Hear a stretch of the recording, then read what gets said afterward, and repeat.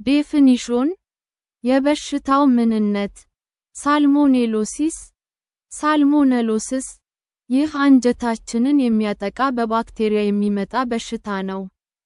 የዚህ ባክቴሪያ ዝርያዎች የሚኖሩት በሰውና እንስሳት አንጀት ውስጥ ሲሆኑ የሚወጡት ደግሞ ከሰገራ ጋር ተቀላቅለው ነው።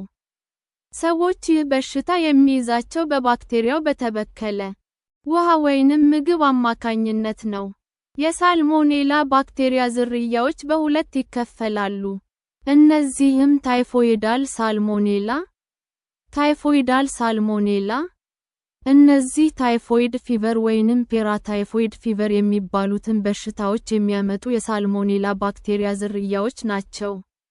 እነዚህም ስማቸው ሳልሞኔላ ታይፊ፣ ፓራታይፊ ኤ፣ ፓራታይፊ ቢ እና ፓራታይፊ ሲ ነው። ታይፎይዳል ሳልሞኔላ ያልሆኑ ኖን ታይፎይዳል ሳልሞኔላ፣ ታይፎይዳል ሳልሞኔላ ያልሆኑ ሌሎች የሳልሞኔላ ባክቴሪያ ዝርያዎች በዚህ መደብ ውስጥ ይመደባሉ። ሂስተሪ የበሽታው አመጣጥ ታሪክ ይህ ባክቴሪያ በምግብ አማካኝነት ሰው ላይ በሽታን እንደሚያመጣ የታወቀው በ1885 ዓመተ ምህረት የእንስሳት ቀዶ ጥገና ሐኪም በነበረው ዳንኤል ሳመን በሚባል ግለሰብ ነው። ይህ ግለሰብ ያገኘው ዝርያ ሳልሞኔላ ኮለራስዊ ይባላል።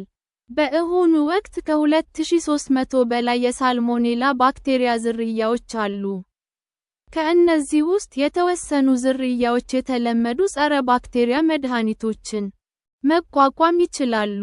የሳልሞኔላ ባክቴሪያ ዝርያዎች ምግብ ላይ የሽታ፣ ጣዕምና መልክ ለውጥ ስለማያመጡ አንድ ምግብ በእነዚህ ባክቴሪያዎች ስለመበከሉ ወይንም አለመበከሉ ማወቅ አይቻልም። ኤፒዲሚዮሎጂ በሽታው ያለባቸው ሀገሮች በ2000 ዓመተ ምህረት በታይፎይድ ፊቨር በሽታ ከተያዙ 21.6 ሚሊዮን ሰዎች 217,000 ሰዎች ሞተዋል። በሽታው በአፍሪካና እስያ ከፍተኛ ስርጭት አለው። በሽታው በብዛት የሚያጠቃው ከ5 እስከ 19 የዕድሜ ክልል ውስጥ ያሉ ሰዎችን ነው።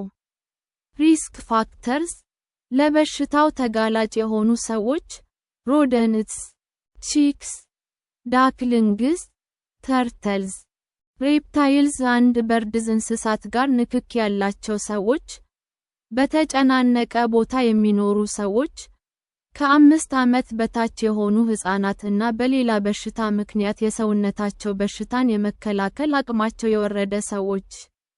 ኮዘዝ የበሽታው መነሻ ምክንያት በባክቴሪያው የተበከለ ምግብ ስንመገብ ተቅማጥ የያዛቸው እንስሳትን ሰገራ ነክተን ካልታጠብን ሬፕታይልስ፣ ቤቢ ቺክስ አንድ ዳክሊንግስ አንድ ስሞል ሮደንትስ ሳች አዝ ሃምስተርስ የሚባሉ እንስሳትን ነክተን ካልታጠብን የከብት፣ የዶሮ ስጋ፣ ወተት እና እንቁላል በዚህ ባክቴሪያ በቀላሉ ይበከላሉ። አትክልቶችም ሊበከሉ ይችላሉ። የሳልሞኔላ በሽታዎች ብዙ ጊዜ የሚከሰቱት ያልበሰሉ ስጋና እንቁላል ስንመገብ ነው። ሲምፕቶምስ የበሽታው ምልክቶች የእነዚህ ዝርያዎች መፈልፈያ ጊዜ ከሰዓታት እስከ 2 ቀናት ሊወስድ ይችላል። አብዛኞቹ የሳልሞኔላ ባክቴሪያ ኢንፌክሽኖች በስታማክ ፍሉ፣ ጋስትሮኤንተራይትስ መደብ ውስጥ ይመደባሉ። የሚከተሉት ምልክቶች ሊታዩ ይችላሉ። እነዚህም ማቅለሽለሽ፣ ማስታወክ፣ ቁርጠት፣ ተቅማጥ፣ ትኩሳት፣ ብርድ ማለት፣ ራስ ምታት፣ ስፍራ ላይ ደም መታየት ናቸው። ምልክቶቹ ከ2 እስከ 7 ቀናት ውስጥ ይታያሉ። ተቅማጥ እስከ 10 ቀን ሊቆይ ይችላል። የሆድ ዕቃዎችን ሁኔታ ወደ ነበረበት አቋም ለመመለስ ወራት ሊፈጅ ይችላል። የተወሰኑ የሳልሞኔላ ባክቴሪያ ዝርያዎች ገዳይ የሆነ ታይፎይድ ፊቨር የሚባል በሽታ ሊያስከትሉ ይችላሉ። ይህ በላደጉ አገሮች ውስጥ በብዛት ይከሰታል። ዳያግኖሲስ አንድ ቴስት፣ የበሽታው ምርመራ፣ በሰገራ እና ደም ምርመራ ባክቴሪያውን መለየት ይቻላል። ብዙ ጊዜ የምትመራው ውጤት ሲደርስ በሽተኞች ቀድመው አገግመዋል። ትሪትመንት አንድ ሜዲኬሽንስ ለበሽታው የሚሰጥ ሕክምና በተለምዶ የበሽታው ምልክቶች ለአንድ ሳምንት ይታዩና በሽታው ይጠፋል ወይንም ይድናል። ነገር ግን የበሽተኛውን የሰውነት ውሃ መጠን መቆጣጠር ያስፈልጋል። ፈሳሽ በብዛት መስጠት ያስፈልጋል። ሐኪሙ ባክቴሪያው ደም ውስጥ ገብቷል ብሎ ከጠረጠረ ጸረ ባክቴሪያ መድኃኒቶችን ሊያዝ ይችላል። ተቅማጥን የሚቀንሱ መድኃኒቶችን መጠቀም የለብንም። በተለይ ደግሞ ደም የተቀላቀለበት ተቅማጥ ላለባቸው ሰዎች። ከባዱን ታይፎይድ ፊቨር በሽታን ለማዳን ብዙ ጊዜ ሲፕሮፍሎክሳሲን ወይንም ሴፍትራያክሶን የሚባሉ ጸረ ባክቴሪያ መድኃኒቶችን መውሰድ ተገቢ ነው። ነገር ግን የተወሰኑ ዝርያዎች ጸረ ባክቴሪያ መድኃኒቶችን መቋቋም ችለዋል። በተጨማሪም ጸረ ባክቴሪያ መድኃኒቶች በሰውነታችን ላይ የሚያመጧቸው ችግሮች አሉ።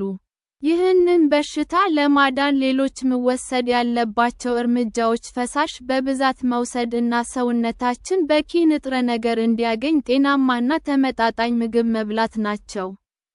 ፕሬቬንሽን በሽታው እንዳይዘን መከላከያ ዘዴ። ምግብ ከማዘጋጀታችን በፊት፣ ምግብ ከመመገባችን በፊት፣ ሽንት ቤት ከተጠቀምን በኋላ፣ የሕፃን ልጅ የሽንት ጨርቅ ከቀየርን በኋላ፣ እንስሳትን ከነካን በኋላ፣ የጓሮ አትክልቶችን ከነካን በኋላ እጆቻችንን በሙቅ ውሃና በሳሙና በደንብ መታጠብ። የበሰለ እና ያልበሰለ ምግብን ጎን ለጎን አለማስቀመጥ። በማቀዝቀዣ ውስጥ ያልበሰለ ምግብን ከበሰለ ምግብ በታች ማስቀመጥ። ከመመገባችን በፊት አትክልቶችን እና ፍራፍሬዎችን በሚገባ ማጠብ። ስጋ ነገሮችን በሚገባ ማብሰል። የምግብ ቁሳቁሶችን እና ቦታዎችን ንጽህና በሚገባ መጠበቅ። የዕቃ ማድረቂያ ጨርቆችን ቶሎ ቶሎ መቀየር እና ንጽህናቸውን መጠበቅ። ያልተጣራ ውሃ ለመጠጣት። ሽማግሌዎች፣ ሕፃናት፣ እርጉዝ ሴት ወይንም የታመሙ ሰዎች ቤት ውስጥ ካሉ ሬፕታይልስ እና አምፊቢየንስ እንስሳትን ቤት አለማስገባት። በቤት ውስጥ በዚህ በሽታ የተያዘ ሰው ካለ እሱ የተጠቀማቸውን ማንኛውንም ቁሳቁሶች በፈላ ውሃና ስሙን ማጠብ። ሽንት ቤቶችን፣ ክብር እጀታዎችን እና ሁሉም ሰው ሊነካቸው የሚችሉ ዕቃዎችን በሚገባ በሳሙና እና ዲተረጀንት ማጠብ ወይንም መወልወል።